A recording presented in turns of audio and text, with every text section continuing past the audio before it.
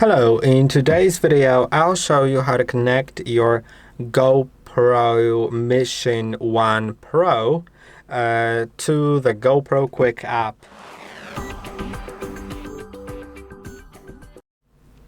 Connection is required to be able to use the camera if you're setting it up for the first time, and because you will need to update the firmware on the camera.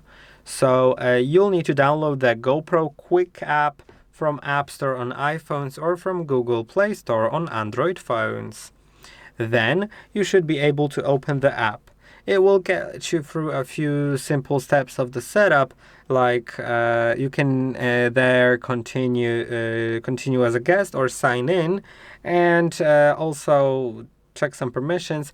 You need to allow Bluetooth devices and local networks to be able to connect to the camera. Then let's set up the camera. So we'll need to open the door on the right side of the rear screen by pulling this lock down. It requires a lot of force. Then you can open it and insert the battery. You can see there are the pins and they need to align with the pins on the inside, so just push it in. Then also insert an SD card. It is required for the firmware update, and what is important is that the SD card is at least of the speed A2V30. If it has higher values, then it's great, but at least A2V30. Now I won't insert it now for a moment, but you can already do it. I just want to show you something later as a troubleshooting thing.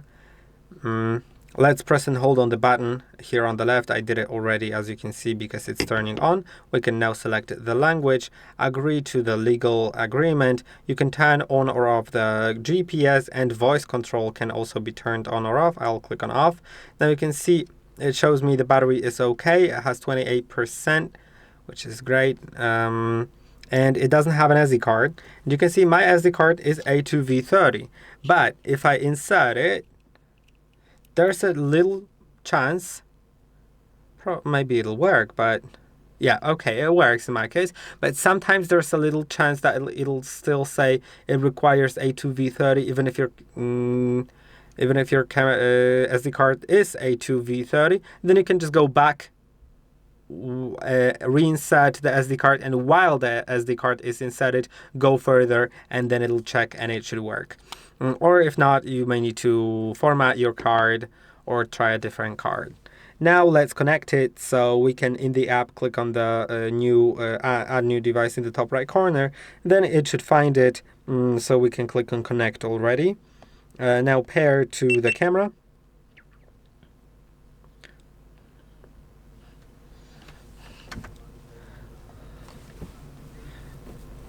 It is now paired, and we'll need to install the update to be able to continue. So let's join the Wi-Fi network of the camera so it can communicate with the camera at a higher speed than in Bluetooth.